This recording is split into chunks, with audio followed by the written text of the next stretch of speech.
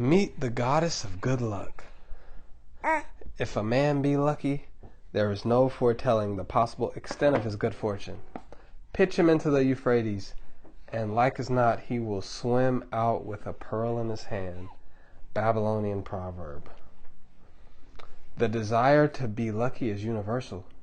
It was just as strong in the breasts of men 4,000 years ago in ancient Babylon as it is in the hearts of men today. We all hope to be favored by the whimsical goddess of good luck. Is there some way we can meet her and attract not only her favorable attention, but her generous favors? Is there a way to attract good luck? This is just what the men of ancient Babylon wished to know. It is exactly what they decided to find out. They were shrewd men and keen thinkers. That explains why their city became the richest and most powerful city of their time. In that distant past, they had no schools or colleges. Nevertheless, they had a center of learning, and a practical one it was. Among the towered buildings in Babylon was one that ranked in importance with the palace of the king, the hanging gardens, and the temples of the gods. You will find scant mention of it in the history books, more likely no mention at all, yet it exerted a powerful influence upon the thought of that time. The building was the Temple of Learning, where the wisdom of the past was expounded by voluntary teachers and where subjects of popular interest were discussed in open forum. Within its walls, all men met as equals. The humblest of slaves could dispute with impunity the opinions of a prince of the royal house.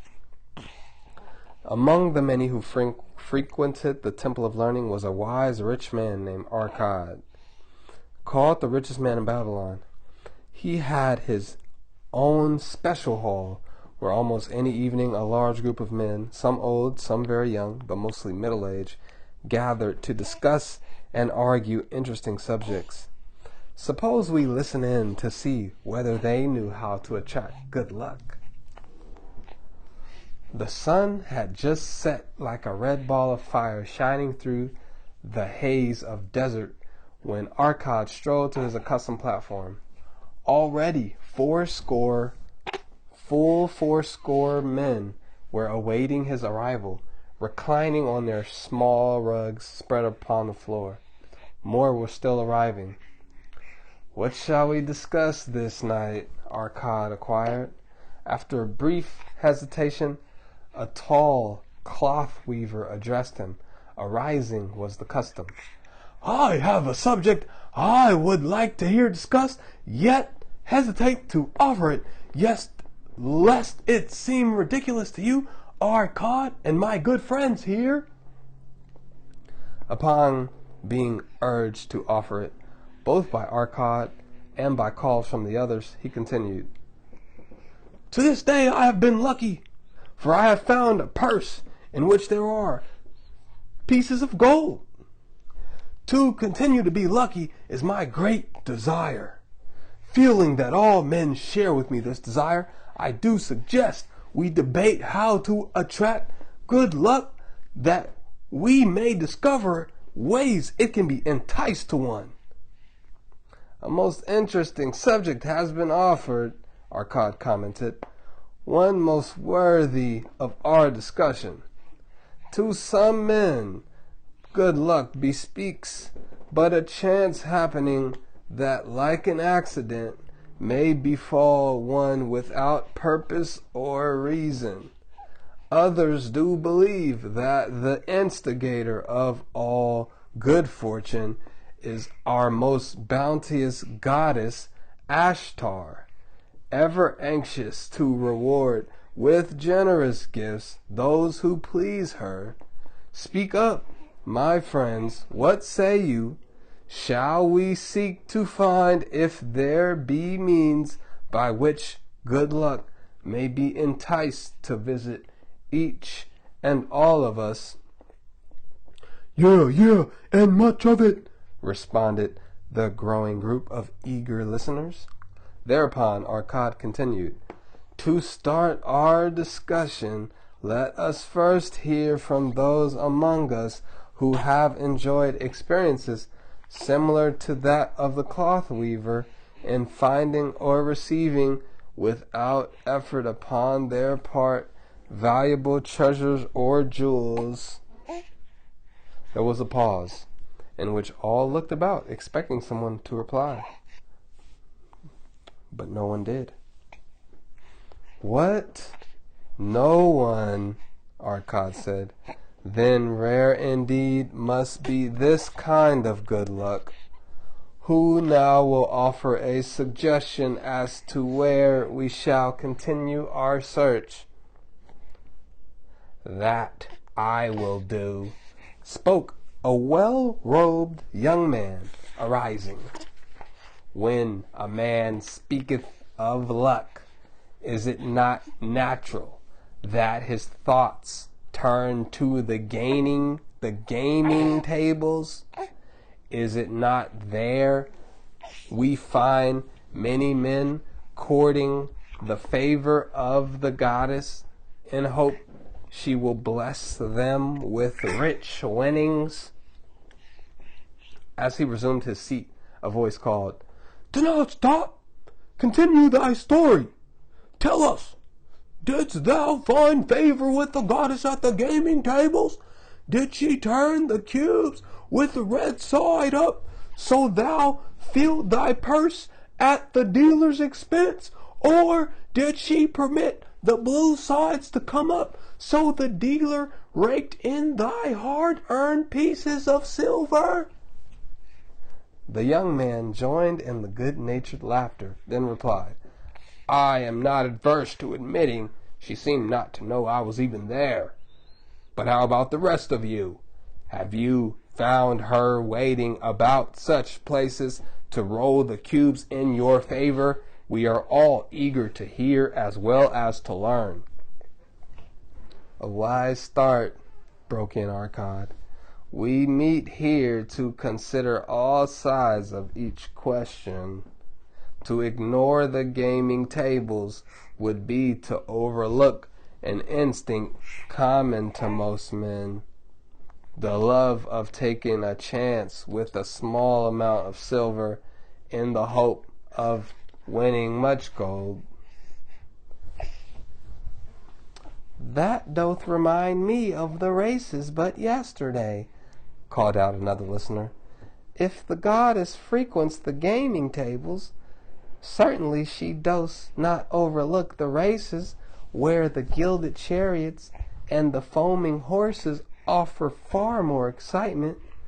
Tell us honestly, Arcad, did she whisper to you to place your bet upon those gray horses from Nineveh yesterday? I was just standing behind thee, and could scarce believe my ears when I heard thee place thy bet upon the grays.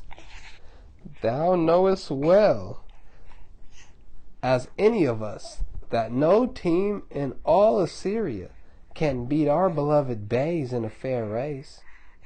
Did the goddess whisper in thy ear to bet upon the grays, because at the last turn the inside black would stumble and so interfere with our bays that the grays would win and the race would be scored by an unearned victory?" Arcad smiled indulgently at the banter. "What reason have we to feel the good goddess would take that much interest in any man's bet upon a horse race? To me, she is a goddess of love and dignity, whose pleasure it is to aid in those who are in need and to reward those who are deserving. I look to find her not at the gaming tables or the races where men lose more gold than they win, but in other places where the doings of men are more worthwhile and more worthy of reward. In tilling the soil, in honest trading, In all of man's occupations, there is opportunity to make a profit upon his efforts and his transactions. Perhaps not all the time will he be rewarded, because sometimes his judgment may be faulty, and other times the winds and the weather may defeat his efforts. Yet, if he persists, he may usually expect to realize his profit. This is so because the chances of profit are always in his favor. But when a man playeth the games, the situation is reversed, for the chances of profit are always against him, and always in favor of the gamekeeper. The game is so arranged that it will always favor the keeper. It is his business at which he plans to make a liberal profit for himself from the coins bet by the players. Few players realize how certain are the gamekeeper's profits and how uncertain are their own chances to win. For example, let us consider wagers placed upon the cube. Each time it is cast, we bet which side will be the uppermost. If it be the red side, the game master pays us 4 times our bet. But if it be any of the 5 sides uppermost, we lose our bet. Thus the figures show that for each cast we have 5 chances to lose. But because the red pays 4 for 1, we have 4 chances to win. In a night's play, the game master can expect to win more than occasionally against odds so arranged that in a night's play, the game master can expect to keep for his profit 1/5 of all the coins wagered. Can a man expect to win more than occasionally against odds so arranged that he should lose 1/5 of all his bets? Yet some men do win large sums at times, volunteered one of the other listeners. Quite so they do, Arcad continued. Realizing this, the question comes to me whether money secured in such ways brings permanent value to those who are thus lucky. Among my acquaintances are many of the successful men of Babylon. Among them I am unable to name a single one who started his success from such a source. You are gathered here tonight and know many more of our substantial citizens. To me it would be of much interest to learn how many of our successful citizens can credit the gaming tables with their start to success. Suppose each of you tell of those you know. What say you? After a prolonged silence, a wag ventured. Wouldst thou inquiry include the gamekeepers? If you think of no one else, Arcad responded, if not one of you can think of anyone else, then how about yourselves? Are there any consistent winners with us who hesitate to advise such a source for their incomes? His challenge was answered by a series of groans. From the roar taken up and spread amidst much laughter. It would seem we are not seeking good luck in such places as the goddess frequents, he continued. Let us therefore explore other fields.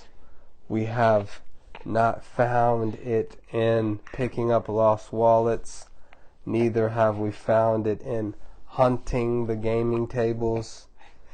As to the races, I must confess to have lost far more coins than I have ever won.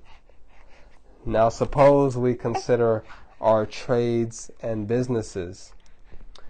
Is it not natural, if we conclude a profitable transaction, to consider it not good luck, but a just reward for our efforts?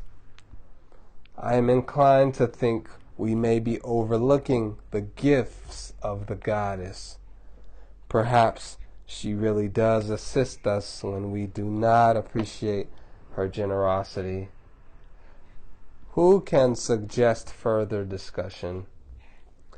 Thereupon an elderly merchant arose, smoothing his genteel white robe. With thy permission, most honorable Arcad and my friends, I offer a suggestion. As you have said, if we take credit to our own industry and ability for our business success, why not consider the successes we almost enjoyed, but which escaped us? Happenings which would have been most profitable. They would have been rare examples of good luck if they actually happened. Because they were not brought to fulfillment, we cannot consider them as our just rewards. Surely many men here have such experiences to relate. Here is a wise approach, Arcad approved. Who among you have had good luck within your grasp, only to see it escape? Many hands were raised, among them that of the merchant. Arcad motioned him to speak. As you suggested this approach, we should like to hear from you first. I will gladly retell a tale, he resumed, that doth illustrate how closely unto a man good luck may approach, and how blindly he may permit it to escape, much to his loss and later regret. Many years ago, when I was a young man, just married, and well started to earning, my father did come to me one day and urged most strongly that I enter in an investment. The son of one of his good friends had taken notice of a barren tract of land not far beyond the outer walls of our city. It lay high above the canal where no water could reach it. The son of my father's friend devised a plan to purchase this land, build 3 large water wheels that could be operated by oxen, and thereby raise the life-giving waters to the fertile soil. This accomplished, he planned to divide into small tracts and sell to the residents of the city for herb patches. The son of my father's friend did not possess sufficient gold to complete such an undertaking. Like myself, he was a young man earning a fair sum.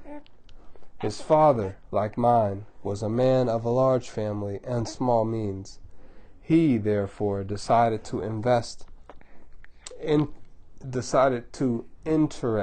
a group of men to enter the enterprise with him. The group was to comprise 12, each of whom must be a money earner, and agreed to pay 1/10 of his earnings into the enterprise until the land was made ready for sale. All would then share justly in the profits in the proportion to their investment. Thou, my son, bespoke my father unto me, thou art now in thy young manhood. It is my desire that thou begin building a valuable estate for myself, that thou mayest becoming respected among men. I desire to seek thou profit from a knowledge of the thoughtless mistakes of thy father. I do most ardently desire, my father, I replied. Then this I do advise. Do what I should have done at thy age. From thy earnings keep out 1/10 to put it into favorable investments. With this 1/10 of thy earnings, and what it will also earn, thou canst, before thou art my age, accumulate for thyself a valuable estate. Thy words are words of wisdom, my father. Greatly do I desire riches, yet there are many uses to which my earnings are called. Therefore do I hesitate to do as thou dost advise. I am young. There is plenty of time. So I thought at thy age. Yet behold, many years have passed, and I have not yet made the beginning. We live in a different age, my father. I shall avoid thy mistakes. Opportunity stands before thee, my son.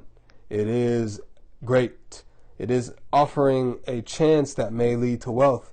I beg of thee, do not delay. Go upon the morrow to the son of my friend and bargain with him to pay 10% of thy earnings into this investment. Go promptly on the morrow. Opportunity waits for no man. Today it is here, soon it is gone. Therefore, delay not. In spite of the advice of my father, I did hesitate. There were beautiful new robes just brought by the tradesmen from the east. Robes of such richness and beauty, my good wife and I, we must each possess one, we felt. Should I agree to pay 1/10 of my earnings into the enterprise, we must deprive ourselves of these and other pleasures we dearly desired. I delayed making a decision until it was too late, much to my subsequent regret. The enterprise did prove to be more profitable than any man had prophesied. This is my tale, showing how I did permit good luck to escape.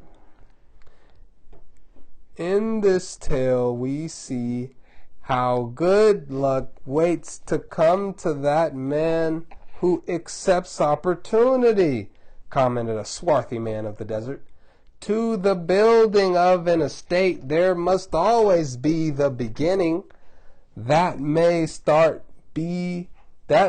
be a few pieces of gold or silver which a man diverts from his earnings to his first investment. I myself am an owner of many herds. The start of my herds I did begin when I was a mere boy, and did purchase with 1 piece of silver a young calf. This beginning of my wealth was of great importance to me. To take his first start to building an estate is as good luck as can come to any man. With men, that first step which changes them from men who earn from their own labor to men who draw dividends from the earnings of their gold is important. Some, fortunately, take it when young and thereby outstrip in financial success those who do take it later, or those unfortunate men like the father of this merchant who never take it. Had our friend the merchant taken this step in his early manhood, when this opportunity came to him this day, he would be blessed with much more of this world's goods.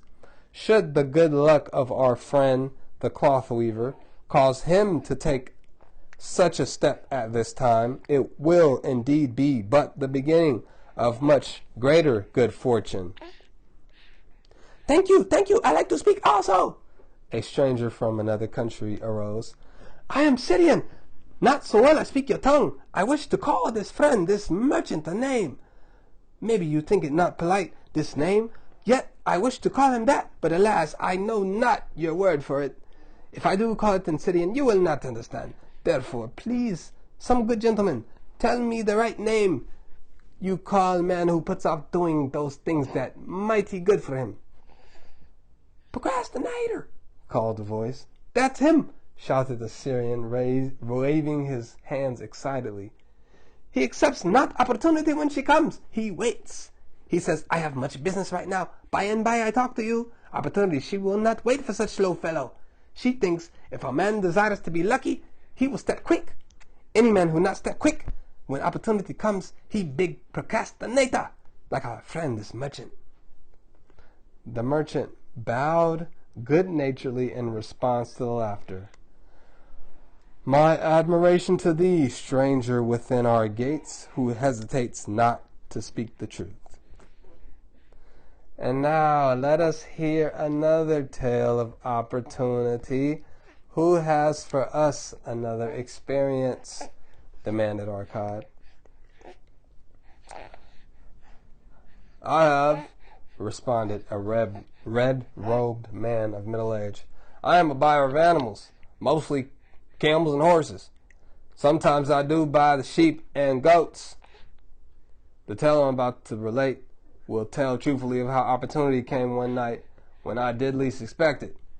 Perhaps for this reason I did let it escape. Of this you shall be the judge. Returning to the city one evening after a disheartening 10 days' journey in search of camels, I was much angered to find the gates of the city closed and locked. While my slaves spread our tent for the night, which we looked to spend with little food and no water, I was approached by an elderly farmer who, like ourselves, found himself locked outside. "Honored sir," he addressed me, "from thy appearance I do judge thee to be a buyer. If this be so, much would I like to sell to thee most excellent flock of sheep just driven up. Alas, my good wife lies very sick with the fever. I must return with all haste.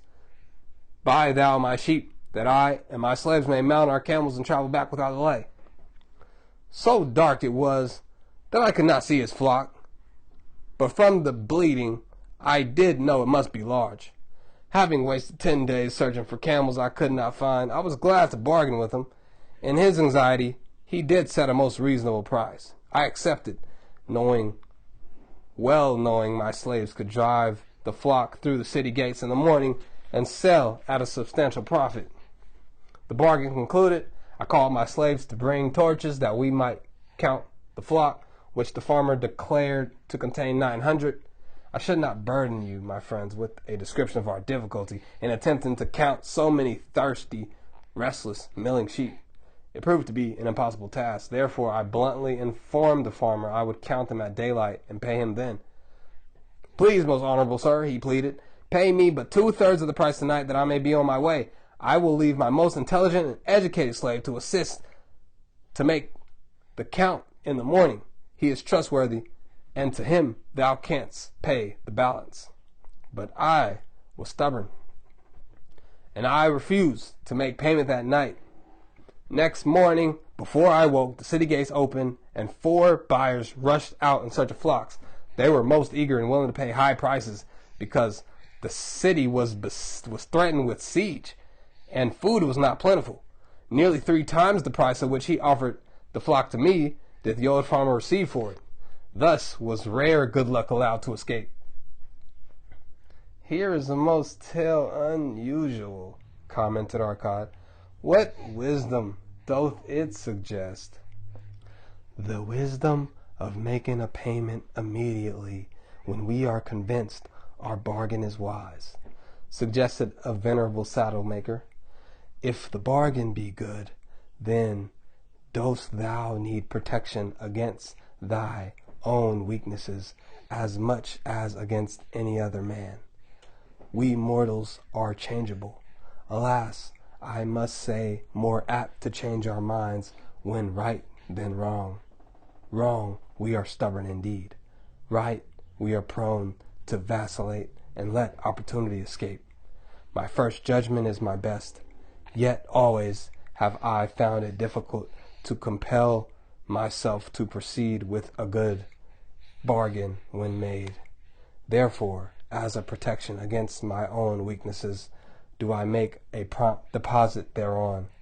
This doth save me from later regrets for the good luck that should have been mine." Thank you. Again, I like to speak," The Syrian was upon his feet once more. These tales much alike. Each time opportunity fly away for same reason. Each time she come to procrastinator, bringing good plan. Each time they hesitate, not say, right now, best time, I do it quick. How can men succeed that way? Thy words are wise, my friend, responded the buyer. Good luck fled from procrastination in both these tales. Yet, this is not unusual. The spirit of procrastination is within all men. We desire riches, yet how often, when opportunity doth appear before us, that spirit of procrastination from within doth urge various delays in our acceptance. And listening to it, we do become our own worst enemies. In my younger days, I did know it by this long word our friend from Syria doth enjoy. I did think at first it was my own poor judgment that did cause me loss of many profitable trades. Later, I did credit it to my stubborn disposition. At last, I did recognize it for what it was, a habit of needless delaying where action was required, action prompt and decisive. How I did hate it when its true character stood revealed. With the bitterness of a wild ass hitched to a chariot, I did break loose from this enemy to my success. Thank you. I like ask question from Mr. Merchant. The Syrian was speaking. You wear fine robes, not like those of a poor man. You speak like a successful man. Tell us, do you listen now when procrastination whispers in your ear? Like our friend the buyer, I also had to recognize and conquer procrastination, responded the merchant. To me, it proved to be an enemy, ever watching and waiting to thwart my accomplishments. The tale I did relate is but one of many similar instances I could tell to show how it drove away my opportunities. 'Tis not difficult to conquer once understood. No man willingly permits the thief to rob his bins of grain, nor does any man willingly permit any slave to drive away his customers and rob him of his profits. When I did recognize that such acts as these my enemy was committing, with determination I conquered him. So must every man master his own spirit of procrastination before he can begin to share in the rich treasures of Babylon. What sayest thou, Arcad? Because thou art the richest man in Babylon, many do proclaim thee to be the luckiest. Dost agree with me that no man can arrive at full measure of success until he hath completely crushed the spirit of procrastination within him? It is even as thou sayest, Arcad admitted.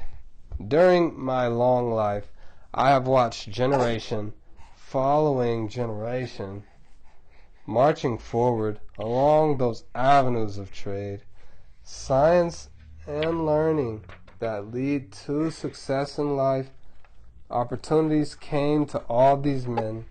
Some grasped theirs and moved steadily to the gratification of their deepest desires, but the majority hesitated, faltered, and fell behind.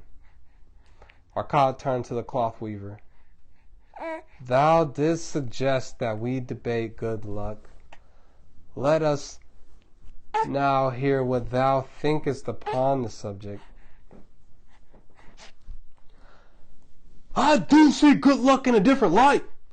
I thought it as something most desirable that happened to a man without effort upon his part. Now I do realize that such happenings are not the sort of thing one may attract to himself. From our discussion, I have learned that to attract good luck to oneself, it is necessary to take advantage of opportunities. Therefore, in the future, I shall endeavor to make the best of such opportunities as do come to me. Thou hast well grasped the truth, brought forth in our discussion, Arkad replied. Good luck, we do find, often follows opportunity, but seldom comes otherwise. Our merchant friend would have found great good luck had he accepted the opportunity the good goddess did present to him. Our friend the buyer likewise would have enjoyed good luck had he completed the process of purchasing the flock and sold at such a handsome profit. We did pursue this discussion to find a means by which good luck could be enticed to us. I feel that we have found the way. Both the tales did illustrate how good luck follows opportunity. Herein lies the truth that many similar tales of good luck, won or lost, could not change. The truth is this: good luck can be enticed by accepting opportunity.